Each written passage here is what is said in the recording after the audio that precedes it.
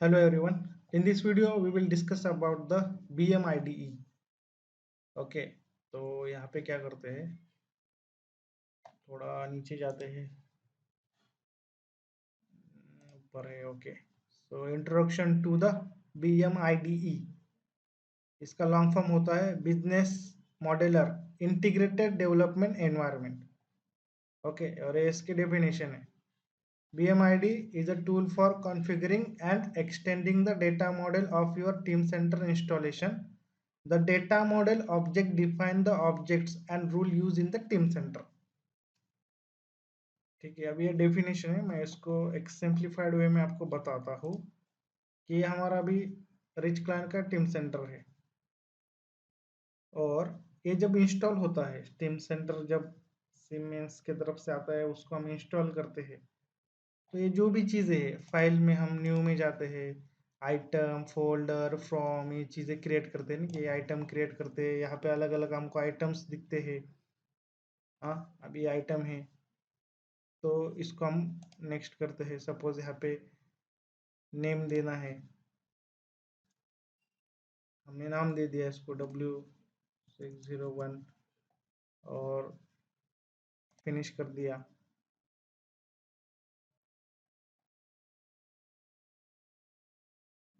Okay, close करेंगे, it is our item. ठीक है, उसके बाद फिर ये आइटम रिवीजन है, ये मास्टर फॉर्म है, आइटम रिवीजन मास्टर फॉर्म है। तो ये चीज़ें डिफ़ॉल्ट आती है, इंस्टॉलेशन के साथ ये चीज़ें डिफ़ॉल्ट आती है। बट अब क्या होता है, जब हम एज अ कॉन्फ़िगरेशन इंजीनियर और इम्प्लीमेंटेशन इंजीनियर काम करते हैं किसी पीएलएम कंपनी में, तो उस वक्त क्या होता है कि हमारा क्लाइंट होता है। क्लाइंट मीन्स कस्टमर भी कहो आप उसको, और वो उसका प्रोडक्ट अलग होता है। ठीक है, अगर फार्मास्यूटिकल कंपनी रिलेटेड होगा तो फार्मेसी का उसका प्रोडक्ट होगा, ऑटोमोटिव रिलेटेड होगा तो ऑटोमोटिव का उसका प्रोडक्ट होगा, ऑयल एंड गैस का होगा तो ऑयल एंड गैस रिलेटेड। तो अलग अलग जो है, अलग अलग कंपनी, अलग अलग प्रोडक्ट, और उनका डेटा भी फिर वो अलग अलग होगा। तो वहाँ पे ये चीज़ें जो है directly default item, item revision, folder, ये चीज़ें यूज़ करके उसका जो है हमारा क्लाइंट होता है उसको कोई बेनिफिट नहीं होता। और ये प्रॉपर्टीज भी यहाँ पे जो आती है, सपोज इसके ऊपर अभी यहाँ पे प्रॉपर्टीज है, हम जाते हैं मोर प्रॉपर्टीज में।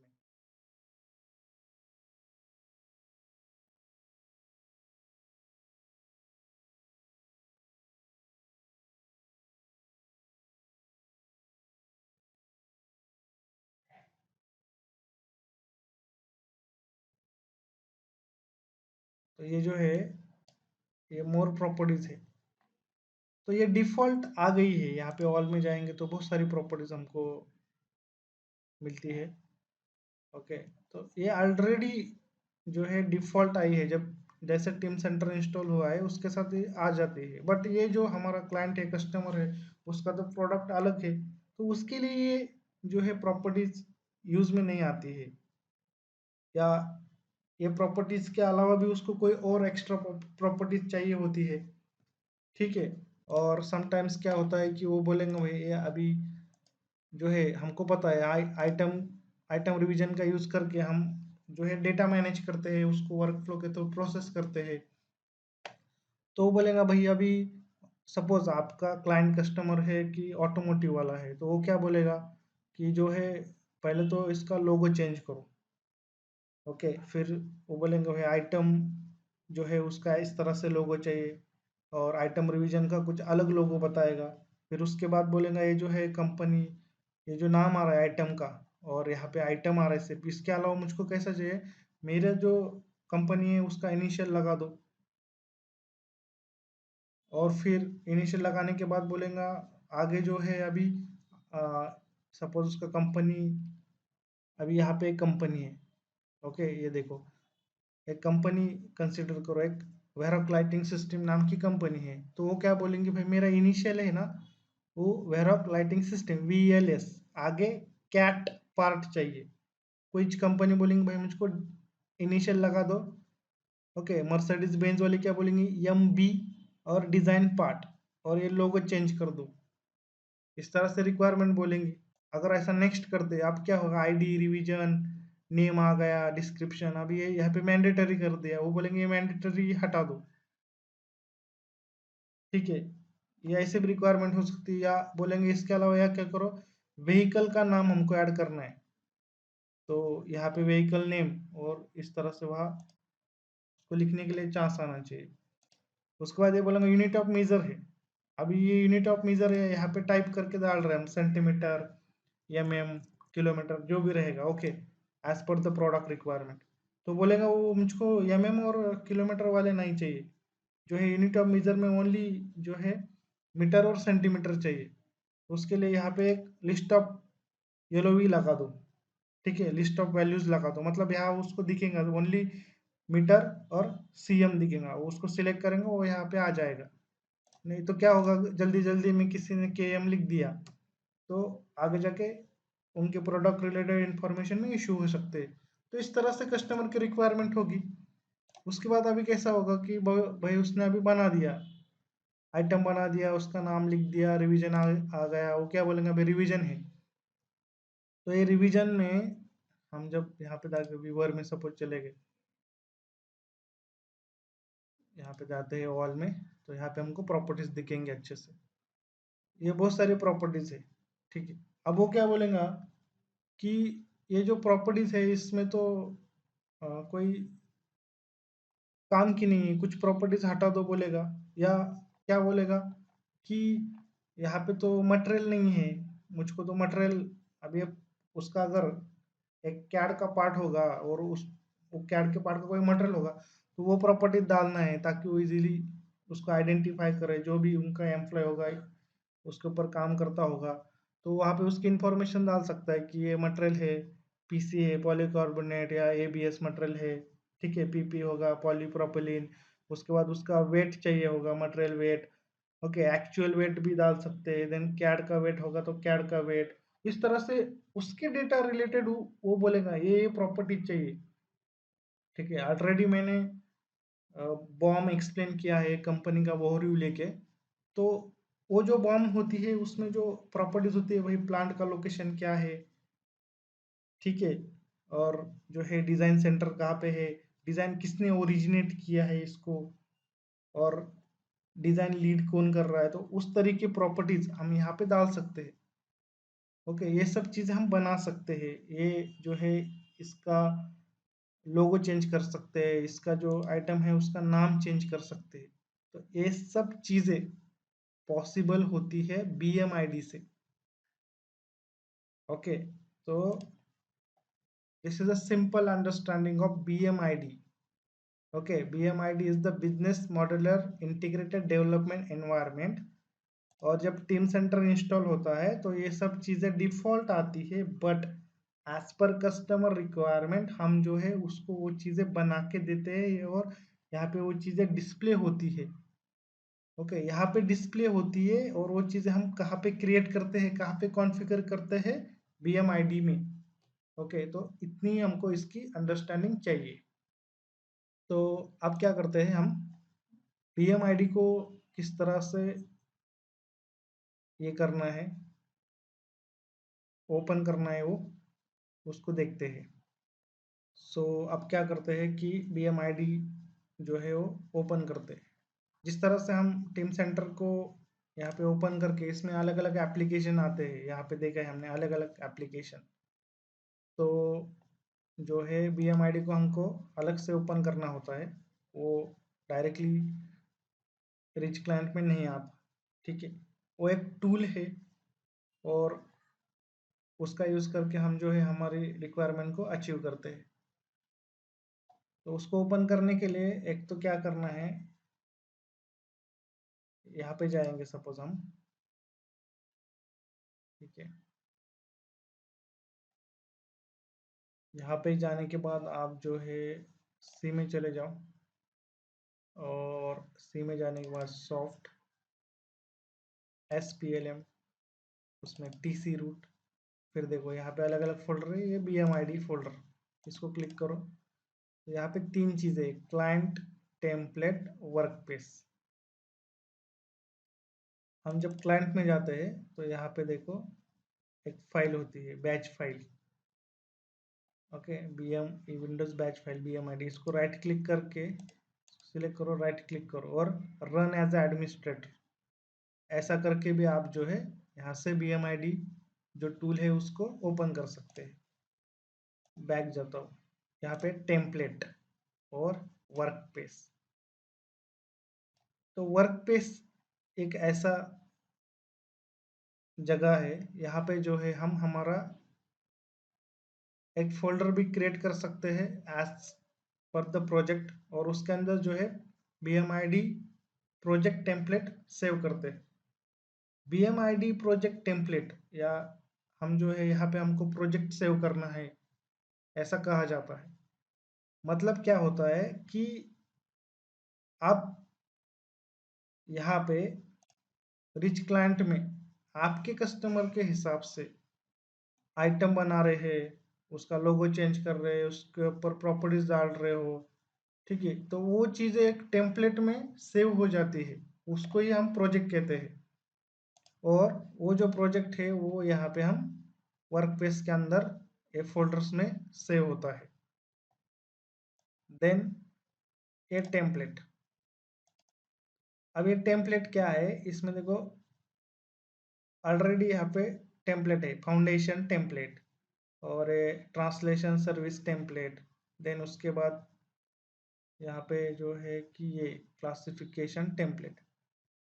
तो जस्ट मैं इसकी एक आइडिया देता हूँ, इतना हमको डीप में जाने की जरूरत नहीं है। फाउंडेशन टेम्पलेट मतलब क्या होता है कि जैसे देखो कि हम देखते हैं कोई तो एक बिल्डिंग बना रहा होगा, ओके, इस तरह से एक बिल्डिंग बनाएगा,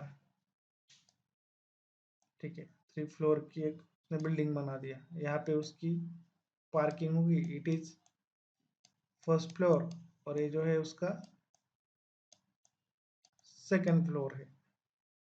अब ये जो ऊपर के फर्स्ट सेकंड फ्लोर बनाया, उसने पार्किंग भी बनाया, तो इसके लिए पहले क्या करते हैं कि एक खड्डा बनाते हैं, और उसके अंदर उसका जो है ये बिल्डिंग जो पूरी बनने वाली है उसका एक फाउंडेशन बनाते हैं, ठीक है। अंदर के साइड में जो है कॉलम्स हो गए और रोज हो गए, ठीक है, ये तो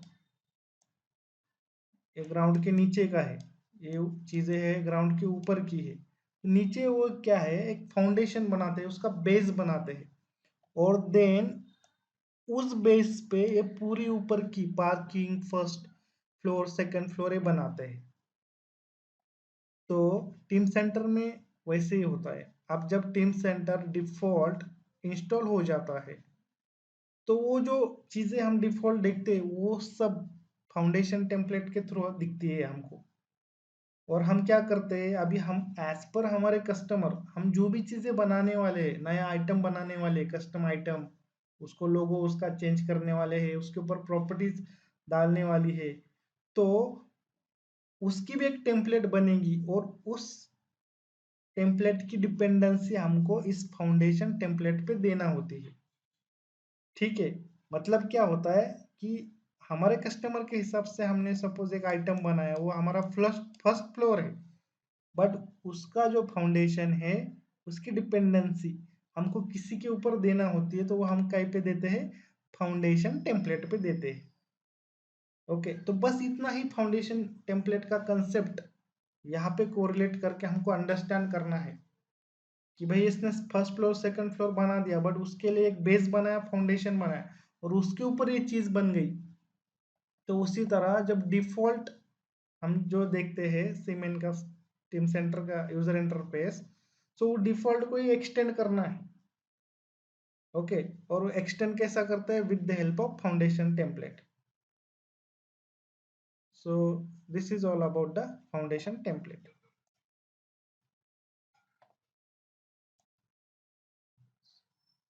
नाउ एक वे है PMID जो है क्लाइंट में जाके जो है यहाँ से इसको ओपन करने का। सेकंड जो है कि यहाँ पे जा सकते हैं स्टार्ट में, और यहाँ पे देखो आप टीम सेंटर 13 इसको ओपन करो, और जो है बिजनेस मॉडलर आईडी यहाँ पे आता है, इसको डबल क्लिक करो, वो ओपन हो जाता है।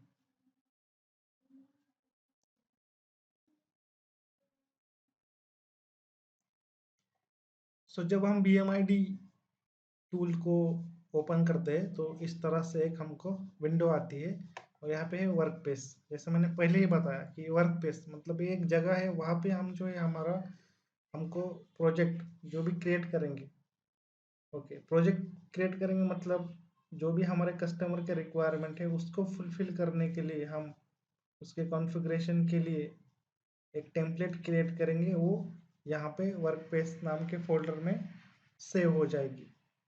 तो ये आपको याद रखना है ताकि आप काम करते हो तो आपको भी पता होना चाहिए कि वो टेम्पलेट कहाँ पे सेव है। तो इसको भी अच्छे से आपको ऑब्जर्व करना है। देन अगर आपको चेंज करना है, किसी और लोकेशन पे सेव करना है, तो आप ब्राउज को यहाँ पे क्लिक कर सकते हो, और देन उसके बाद जो है आपके हिसाब से जहाँ पे भी आपको ये करना है वहाँ पे उसका पाथ आप दे सकते हो।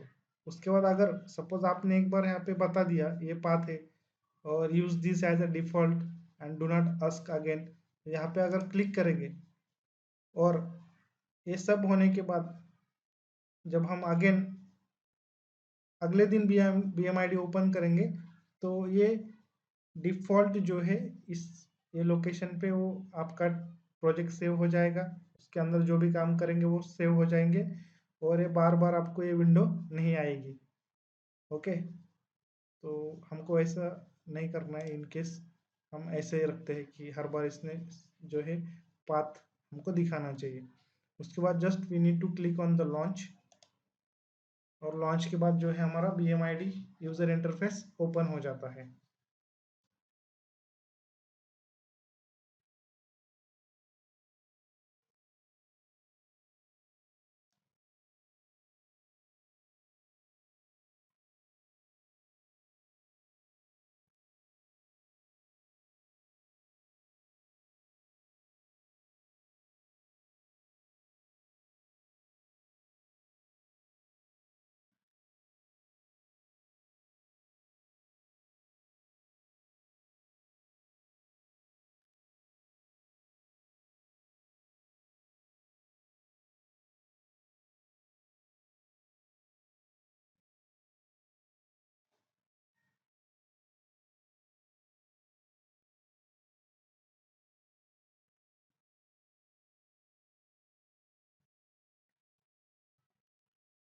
सो when first time we launch the BMID, और फर्स्ट टाइम हम ओपन करते हैं BMID को, तो इस तरह से उसका यूज़र इंटरफेस आता है।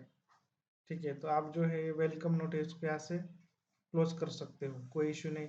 यहाँ पे उसने बताया है create new BMID template, perform live update to an existing BMID template. Okay, तो ये सब चीज़ें हम देखने वाले हैं स्टेप बाय स्टेप। तो इसको मैं क्लोज करता हूँ। उसके बाद यहाँ पे भी जो है इसकी भी कोई ज़रूरत नहीं है, इसको भी हम क्लोज करते हैं। ये सब हम इन डिटेल देखने वाले हैं कि डिप्लॉय क्या है, ओके, किस तरह से क्या चीज़ें करनी है हमको।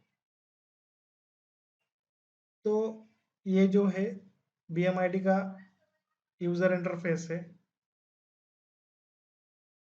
ठीक है, अब यहाँ पे क्या करना है आपको, यहाँ पे जाने के बाद देखो एक स्टैंडर्ड ओपन पर्सपेक्टिव, तो मैं क्या करता हूँ इसको क्लिक करता हूँ ओपन पर्सपेक्टिव को, और यहाँ पे देखो ये क्या है, एडवांस। ठीक है, अभी जो आपको यूजर इंटरफेस दिख रहा है BMID का, ये जो है इसका स्टैंडर्ड स्टैंडर्ड व्यू है। ओके, यहाँ पे एक विंडो है बड़ी वाली, और यहाँ पे एक जो है कॉलम दिख रहा है आपको छोटी विंडो। बट जो है मोस्टली जो है कंपनी में एडवांस जो व्यू होता है, यूजर इंटरफेस होता है BMID का, उसको यूज किया जाता है। तो कभी कभी यहाँ पे यही सिंबल यहाँ पे होता है, जस्ट वहाँ पे देखना है एडवांस है तो क्लिक करो, नहीं तो यहाँ पे चले जाओ। ठीक है, ओपन पर्सपेक्टिव में इसको सिलेक्ट करो और ओपन कर दो। तो ओपन करने के बाद इस तरह से जो है हमको एक यूजर इंटरफेस मिलता है। जस्ट यहाँ पे एक जो है विंडो ऐड हो जाती है, इसको हम क्लोज करते हैं। अभी के लिए हेल्प गाइड का हमको कोई यूज़ नहीं है। तो ये देखो यहाँ पे आ गया, we are in advance view, ये जो है स्टैंडर्ड व्यू। ओके, एंड और ये जो है एडवांस व्यू, यहाँ पे क्लिक करने के बाद। ठीक है, अब यहाँ पे देखो, यहाँ पे क्या है, business object, classes, navigator, then extension, outline, console. Okay, तो ये चीज़ें हम डिटेल में देखने वाले हैं, क्या है, कैसा है, इनका यूज़ क्या है। अब क्या करते हैं, हम प्रोजेक्ट क्रिएट करते हैं। तो हमको कहाँ पे जाना है, फाइल में, then we go to new और प्रोजेक्ट, देन यहाँ पे इसको क्लिक करेंगे प्रोजेक्ट को। उसके बाद हमको यहाँ पे जाना है बिजनेस मॉडेलर आईडीई, यहाँ पे चले जाओ। उसके अंदर हमको new business modular IDE template project, इसको क्लिक करो। ठीक है, इसको क्लिक करने के बाद हम नेक्स्ट करते हैं। ठीक है, अब ये नेक्स्ट करने के बाद हमको जो है प्रोजेक्ट का नेम देना है। तो पहले जो है प्रीफिक्स आता है, प्रीफिक्स मतलब कोई प्रोजेक्ट को कोड वगैरह होगा तो वो चीज़ हम यहाँ पे दे सकते हैं। तो देखो, यहाँ पे मैं क्या करता हूँ, A1, यहाँ पे क्या आता है, इनवैलिड प्रीफिक्स जो है, third party solution provider should use digit 2 or 3 in the prefix. Customer should use digit 9, 4 through 9 in the prefix. ठीक है, मतलब एक यूज नहीं कर सकते हम, जो है 2 लगा दिया तो 2 यूज कर सकते हैं। ठीक है, और आया invalid template name field, the prefix से to should be followed by the name. ठीक है, अब यहाँ पे आएगा टेम्पलेट नेम। अब क्या है, ओनली A2 नहीं रखना हमको, टेम्पलेट को कुछ नाम देना है तो ओनली A2 नहीं रखना है, इसको आगे कुछ तो नाम देना है। ठीक है, इस तरह से फिर बाद में डिस्क्रिप्शन बताता है। तो हम स्टेप बाय स्टेप जो है, ये हर चीज स्टार है तो मैंडेटरी है, और इसको फिल करके हम जो है प्रोजेक्ट टेम्पलेट क्रिएट करते हैं। A2 दो, और आपको देना है तो स्मॉल में ए लिखा मैं, तो देखो अब क्या हो गया, स्मॉल में the first character of the entry prefix must be an upper case, मतलब एक कैपिटल चाहिए, सी हो और एच हो, कैपिटल कुछ भी हो, तो हम ये लेते हैं। ओके, यहाँ पे जो है एक ही जगह पे 1 होगा तो 1 नहीं चलता है, 2 3 4 9 तक ले सकते हैं, 2 to 9, तो यहाँ पे 2 लेता हूँ मैं। उसके बाद टेम्पलेट नेम देगा तो प्रीफिक्स पहले आएगा, और यहाँ पे स्मॉल ए और 2 आएगा, उसके बाद आपको देना है। तो मैं यहाँ पे क्या करता हूँ, टेम्पलेट नेम हमारा ट्रेनिंग डालता हूँ। अब देखो यहाँ पे जो है ट्रेनिंग लिख रहा हूँ मैं। Okay, TRAINING, training. बट क्या होगा, देखो यहाँ पे क्या आ गया कि template name field, the text A2 training must be contain all case और लोअर केस लेटर्स, तो ये स्मॉल में लिखना है आपको, TRAINING लिख दिया। Then display name, template display name, तो इसको हम हमारे हिसाब से लिख सकते हैं, कैपिटल में लिखो या पहला जो वर्ड है वो कैपिटल भी लिख सकते हैं। और डिस्क्रिप्शन, हम किसके लिए टेम्पलेट बना रहे, ओके, फॉर लर्निंग। और जब आप प्रोजेक्ट के लिए काम करते हो तो यहाँ पे जो है कस्टमर रिलेटेड इंफॉर्मेशन आप लिख सकते हो कि क्यों बना रहे हो। ठीक है, हम लिखते हैं यहाँ पे फॉर लर्निंग। ओके, यहाँ पे कोई मैंडेटरी नहीं है कैपिटल लेटर से, ओके, आप यहाँ कुछ भी कर सकते हो। देखो यहाँ पे क्या है, डिपेंडेंट टेम्पलेट डायरेक्टरी, ब्राउज करेंगे यहाँ पे, देखो ब्राउज करते हैं तो डिपेंडेंट टेम्पलेट। ठीक है, अब ये टेम्पलेट्स है ना, इसके अंदर जो है कि वो फाउंडेशन टेम्पलेट है, तो ये यहाँ पे आ गया उसका।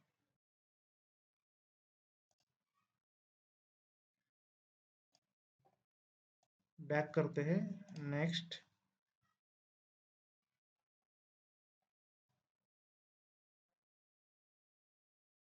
सी में सॉफ्ट, SPLM, TC रूट और BMID और इसमें टेम्पलेट। ठीक है, ओके कर दो ऐसा। उसके बाद ये जो है यूज डिफॉल्ट लोकेशन, हमने जो प्रोजेक्ट हम क्रिएट करेंगे वो कहाँ पे सेव होना चाहिए। ठीक है, तो एक वर्क पेस में ये जो है 110000.0.0 वाला एक फोल्डर है, उसके अंदर ही हमारा जो है BMID template project A2 training बोल के सेव हो जाएंगी। ठीक है, और यहाँ पे लिखा है project A2 training will be dependent upon the foundation template by default. By default जो है फाउंडेशन टेम्पलेट पे डिपेंडेंट है, और फाउंडेशन टेम्पलेट पे डिपेंडेंट क्यों रहना चाहिए तो इसको मैंने बताया है एक बिल्डिंग का एग्जांपल देके। यहाँ पे मैं नेक्स्ट करता हूँ, तो देखो यहाँ पे है ये चेक बॉक्स है, मतलब डिफॉल्ट फाउंडेशन टेम्पलेट पे वो डिपेंडेंट है। उसके बाद ये दूसरे भी जो है टेम्पलेट है, क्लासिफिकेशन, ट्रांसलेशन सर्वर, तो आप इसको भी चेक बॉक्स कर सकते हो अगर कोई रिक्वायरमेंट होगी तो। यहाँ पे बहुत सारी लिस्ट होती है, जब हम रियल टाइम वर्क करते हैं तो अलग अलग लिस्ट होती है। अब ये जो है टीम सेंटर कटिया के साथ, यूनिग्राफी के साथ इंटीग्रेट होता है, तो उस वक्त भी है ना कुछ कुछ उनकी भी टेम्पलेट होती है, उसके ऊपर भी हमको डिपेंडेंसी देना पड़ती है। वो चीज़ें यहाँ पे आती है तो उसको हम सिलेक्ट करते हैं, but by default foundation template पे डिपेंडेंसी रखनी होती है। और उसके बाद हम क्या करते हैं, नेक्स्ट करके देखते हैं। तो यहाँ पे लैंग्वेज है, कौन से लैंग्वेज में आना चाहिए। देन नेक्स्ट, तो नेम पे सेटो ट्रेनिंग और बेस पाथ जो है ये चीज़ें आ गई। ठीक है, और देन नेक्स्ट करते हैं फिर एक बार। तो टीम सेंटर इंस्टॉलेशन और कंपाइलर हो, तो ये चीज़ें जो है हम कस्टमाइजेशन का पार्ट होता है सोआ। ओके, उस वक्त जो है ये चीज़ें आपको देना होती है, अभी के लिए इट इज़ नॉट यूजफुल। और यहाँ पे भी सेम, उस वक्त आप जो है प्रॉपर अंडरस्टैंडिंग होता है जब हम सोआल कस्टमाइजेशन में लर्न करते हैं।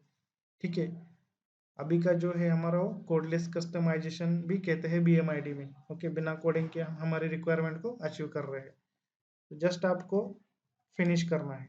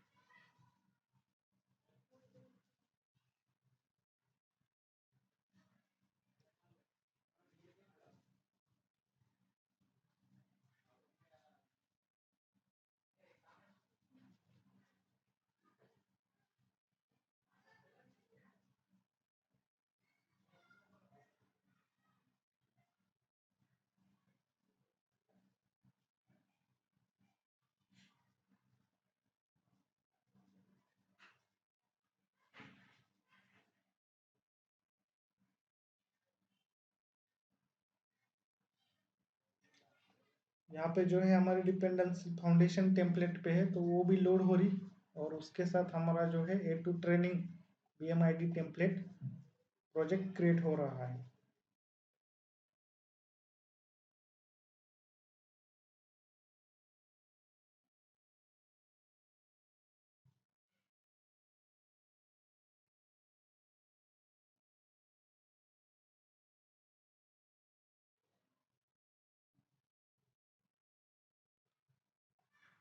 सो आफ्टर प्रोजेक्ट क्रिएशन, यहाँ पे जो है हमारा प्रोजेक्ट आता है, इसको हम यहाँ पे एक्सटेंड करेंगे। इस तरह से एक्सटेंड करते हैं, देखो business object, then form object. Okay, इस तरह से अलग अलग जो है बिजनेस ऑब्जेक्ट आते हैं। तो एक ट्री स्ट्रक्चर है। ठीक है, और इसको भी हम डिटेल में देखने वाले हैं कि ट्री स्ट्रक्चर और हायरार्की है, इसकी एक दूसरे पर डिपेंडेंसी कैसे होती है। देन यहाँ पे जो है क्लासेस है।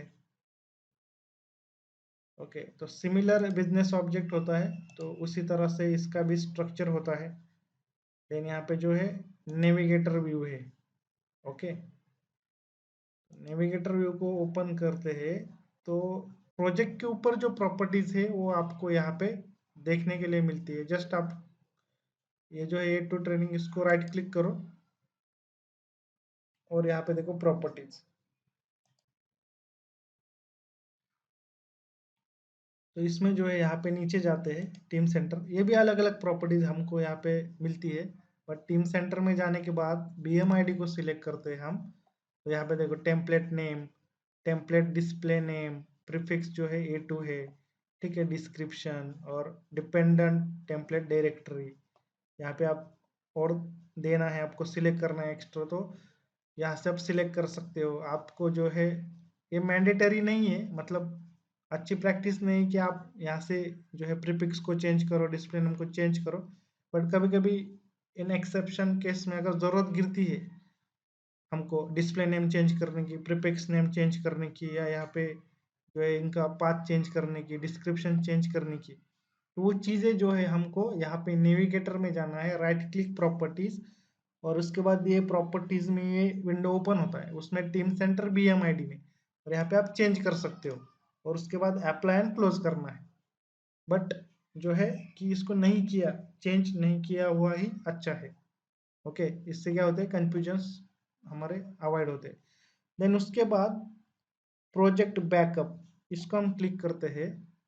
तो यहाँ पे देखो बैकअप रिमाइंडर इंटरवल 10 days और टेम्पलेट प्रोजेक्ट बैकअप फोल्डर। तो कैसा होता है जब हम काम करते हैं, हम आज काम करेंगे, कल करेंगे, वीक बेसिस वीकली काम करेंगे कोई प्रोजेक्ट पे, या मंथ मंथ मंथ काम करते हैं, नहीं क्या, एक एक महीना, दो दो महीने आप काम करेंगे, तो जो है आपका प्रोजेक्ट का जो है बैकअप भी कहाँ पे तो भी सेव होना चाहिए। तो उसका बैकअप फोल्डर ब्राउज करके उसको हम वहाँ का लोकेशन दे सकते हैं। देन आपको रिमाइंडर अगर डेली चाहिए, 2 दिन के लिए चाहिए, या वीकली चाहिए, या 10-10 दिन के इंटरवल के टाइम पे जो बैकअप है उसका रिमाइंडर चाहिए, ठीक है, तो वो भी आप यहाँ पे सेट कर सकते हो। तो ये भी चीज़ बहुत इंपॉर्टेंट है कि बैकअप कहाँ पे है, उसका लोकेशन कहाँ पे है। कभी आपसे गलती से कोई फाइल डिलीट हो गई, आपका प्रोजेक्ट डिलीट हो गया, तो बैकअप जो है टेम्पलेट कहाँ पे सेव हो गई, ये भी आपको पता होना चाहिए।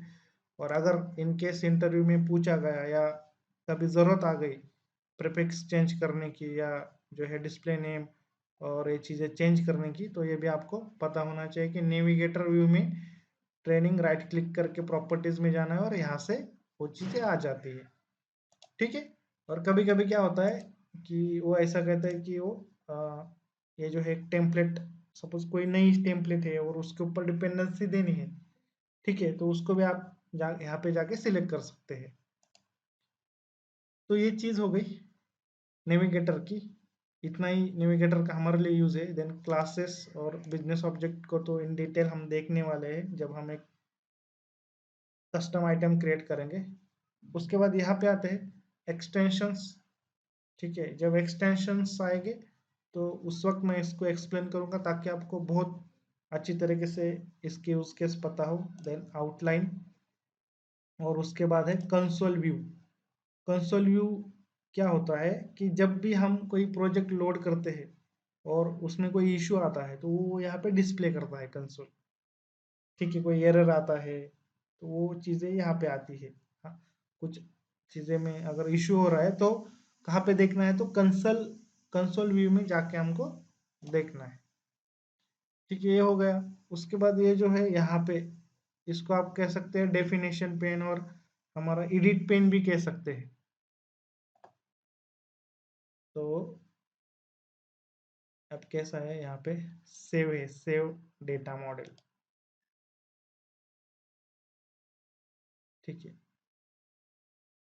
इनकेस हम यहाँ प्रॉपर्टीज बनाएंगे, कस्टम आइटम बनाएंगे, कस्टम प्रॉपर्टीज बनाएंगे, उनको जो सेव करना होगा तो यहाँ से हम सेव कर सकते हैं, ठीक है। अब मैं क्या करता हूँ, यहाँ पे जो है मुझको एक बिजनेस ऑब्जेक्ट सर्च करना है, आइटम। तो ये जो है यहाँ पे सर्च बटन है, यहाँ पे हम जाएंगे, ठीक है। ये हायरार्की है तो इसमें हमको पता होना चाहिए। कि अभी तो पहले तो बिजनेस ऑब्जेक्ट, देन उसने पॉम ऑब्जेक्ट, और फिर पॉम ऑब्जेक्ट के बाद कौन सी हायरार्की है।